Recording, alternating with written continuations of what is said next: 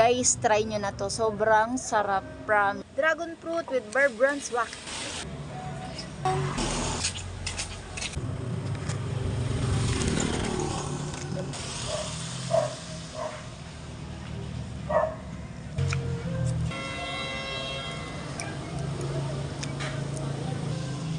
Ang tamis, ang sarap.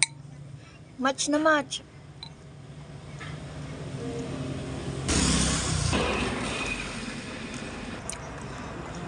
Healthy pa yung prutas na to.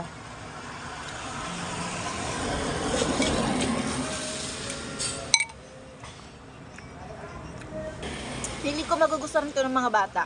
Kasi may Bear Brand siya. Para sa akin, sobrang compatible ng lasa niya. Mekos.